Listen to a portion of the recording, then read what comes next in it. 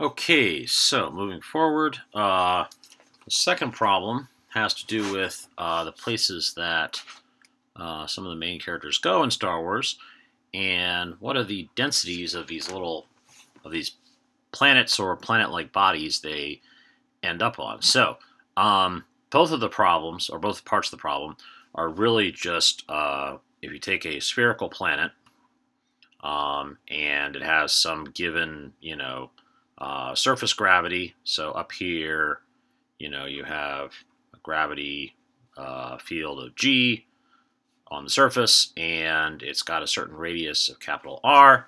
Then you want to know you want to find the density ultimately, okay? But to get that, you need to find mass, and then you can find density.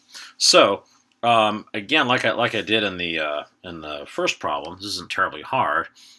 G on the surface of something is equal to the gravitational constant times the mass of the thing you're on divided by r squared. And this is, like I said, if you put a little m test mass, so I'm just going to do that in pink, then you can see how this is the force in the little m test mass when you're up there, and this is what you get from universal gravitation. Okay, so then all you have to do is convert from the mass of the planet to its density. So the mass of a planet is equal to its density times its volume. I'm going to put serifs on my V's. And so that's going to be density times 4/3 pi r cubed. So now we plug that into this equation here, the G, and you get G times 4/3 pi r cubed, and all that was over r squared. So you get that surface G of the planet is equal to, where do we get here? What did I miss there? Oh, right, rho. There we go. Okay, 4/3 pi, and then capital G rho, and then all the r's cancel except for 1. So that now gets you your surface gravity of your planet. So now we just need to find, let's see, what do we need? Oh, so we need to find density of the asteroid they land on, and also a Bespin, the cloud giant that Cloud City floats on. So easiest way to do this here is to rearrange this in terms of rho, or to get rho equals something. So let's see. That's going to be 3/4 pi.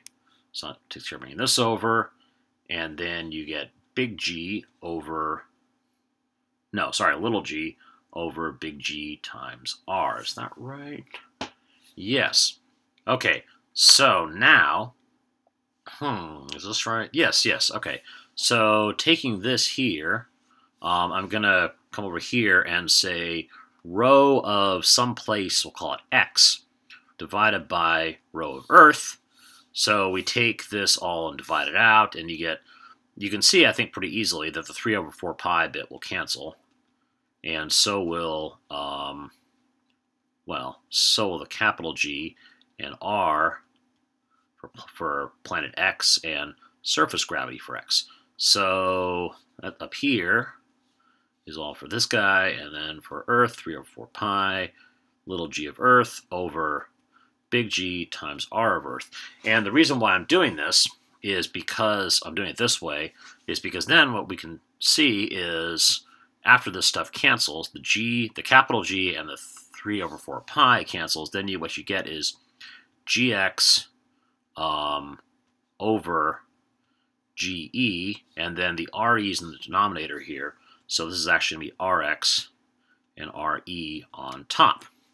So if we know the surface gravity of this place they are, the asteroid or the gas giant Bespin, and we know the radius of it, which I gave in the problem, I made up numbers, but why not, then we can find the ratio of that thing's density to Earth's density.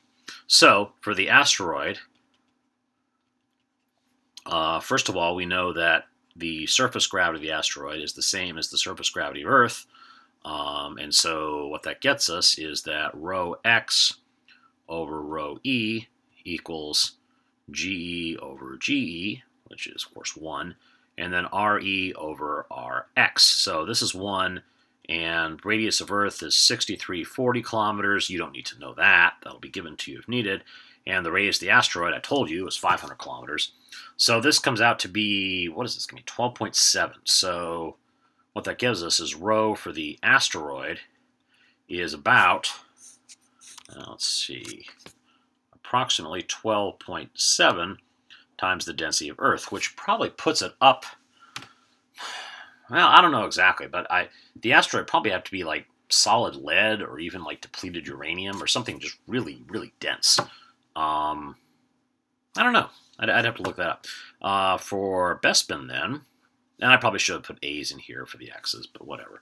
Okay, for Bespin, Bespin's density as a ratio with Earth density, of course you have the GEs are the same because they're walking around on Cloud City, so we assume the surface gravity from that planet is equal to that of Earth, and then you have RE over R for Bespin.